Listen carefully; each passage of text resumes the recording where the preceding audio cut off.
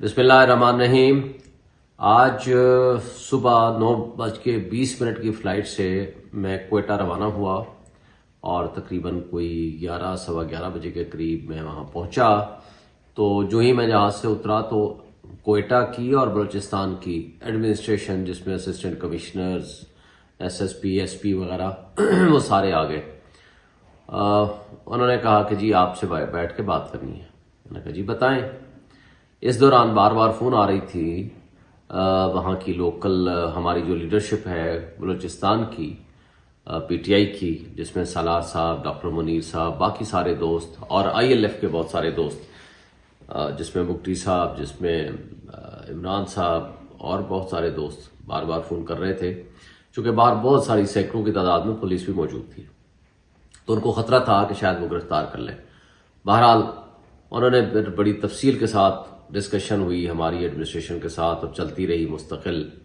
तो उन्होंने दो ऑप्शन दिए कि या तो आपको 3 MPO के तहत अगर आप बाहर जाते हैं तो हम आपको गिरफ्तार करके ले जाएंगे, जिसके ज़रिए हमें ऑपरेशन वहाँ बाहर खड़े हुए लोगों के साथ भी करना पड़ेगा, और दूसरा ये है कि आपको हम विद फुल फोर्स वापस भेजेंगे या कोयटा या कराची या लाहौर, और अगर इस्लामाबाद की फ़्लाइट है तो उसमें भी भेज सकते हैं। बहरहाल मैंने कहा ठीक है जी, अब क्या करूं। मैंने कहा मैं बात करूंगा। मैंने लोकल लीडरशिप से बात की और सेक्रेटरी जनरल साहब से भी बात की और गौहर साहब हमारे जो मौजूदा चेयरमैन हैं उनसे भी बात की। उन सबके फ़ोन आ रहे थे, ज़ाहिर मीडिया में ये बात खबर फैल गई।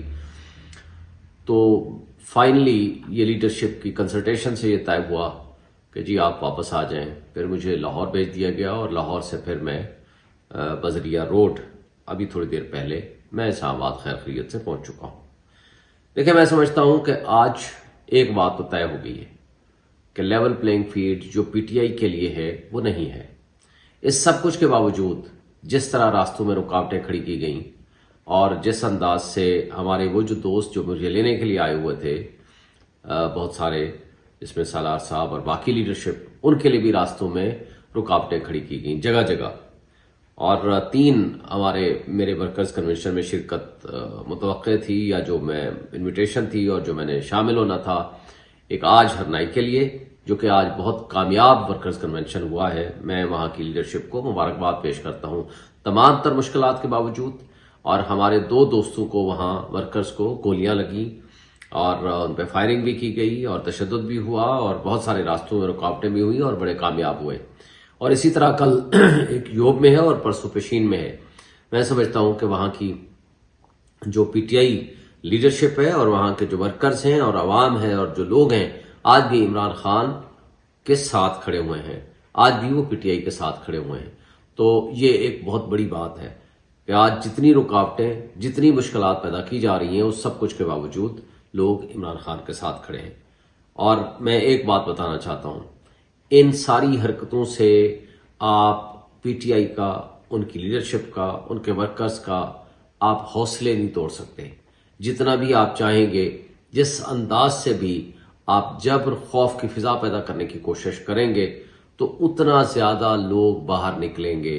ये आपके हथकंडे ज्यादा देर के लिए नहीं चल पाएंगे।